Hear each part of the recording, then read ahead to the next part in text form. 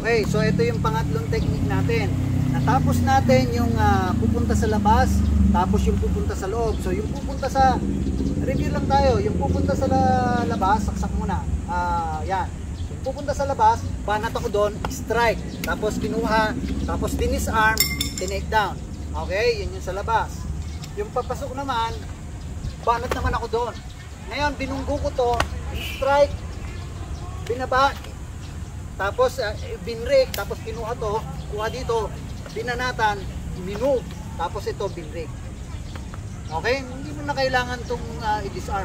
Kasi ito, pagka ito bali, wala nang kwenta. Kesa naman magkuha-kuha ka pa ng ganyan, ayaw niyang bitawan. Okay? So ngayon, yung pangatlo na common strike, sabi nila, papunta daw doon. Pero sa tingin ko, ang most common is ganito.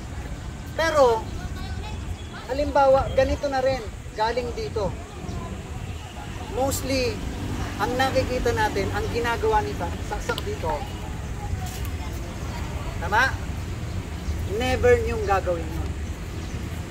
Kahit 100 times akong magganito, hindi niya mahahawakan itong kamay. I-test lang natin, i-experiment natin. So mag-i-strike ako ng ganito, ang goal niya, kahit madampian lang ang kamay ko. Okay? So ready, chart. 5 times.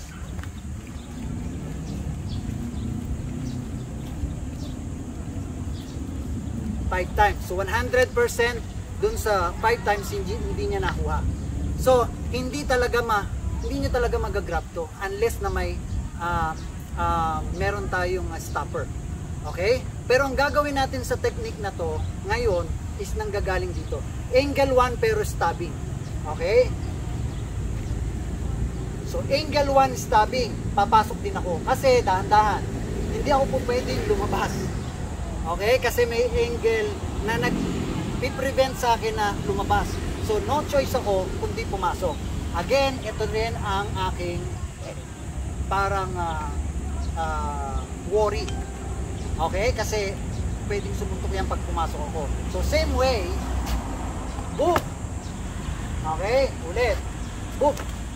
Meron pa rin tong jab. Tapos, tingnan nyo yung angle niya. Kanina nung nandito ako, nandyan siya. Pero nung hinila ko siya, pinapasok ko dito. May purpose to. Kasi dito, pwede ko siyang i-disarm. Okay? So yun yung purpose ko kung bakit ko itinwist. Gusto kong papasukin yung knife dito.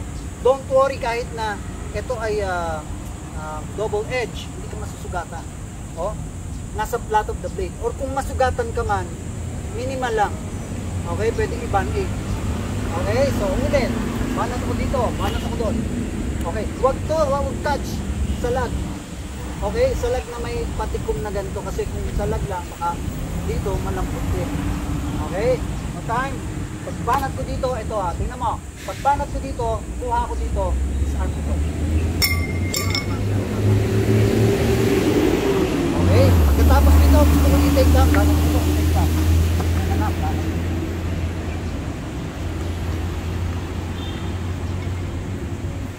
Ulit, banat ako doon.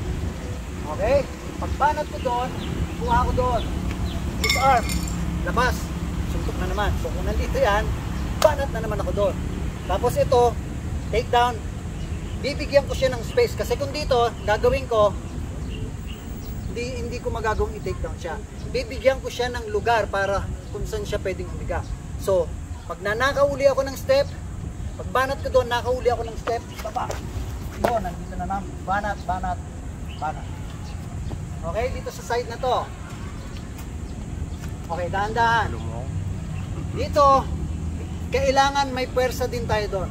Kasi, pag dito lang ako umabang, mahaba to, meron pa rin tatama sa akin. So, meron akong puwersa papunta doon. Okay, so ulit.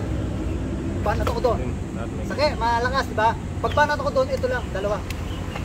Okay? Pero ito, hindi to nag-i-stop dito. Banat to. Parang swing. Banat ulit. Take down. Boom. Okay? Kuha. So yun yung pinaka ano niya, maraming variations kung paano tayo magpa-follow up or yung mga finishes natin. Pero sa ngayon, dito muna tayo mag-focus. Okay? Iwasan natin, basta may gumawa ng ganito, iwasan natin gumawa ng ganito. Pag nanggagaling sa angle, ito lang. Okay? Laging may distraction. Hindi po pwede na pumunta lang ako basta doon. Bakit?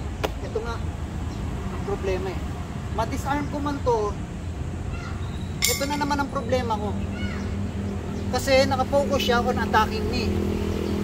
Pero ipuputulin ko yon by my distraction. So ako ngayon, nandun na ngayon ako yung nag-manipulate ng fight. Okay? So sige, try natin.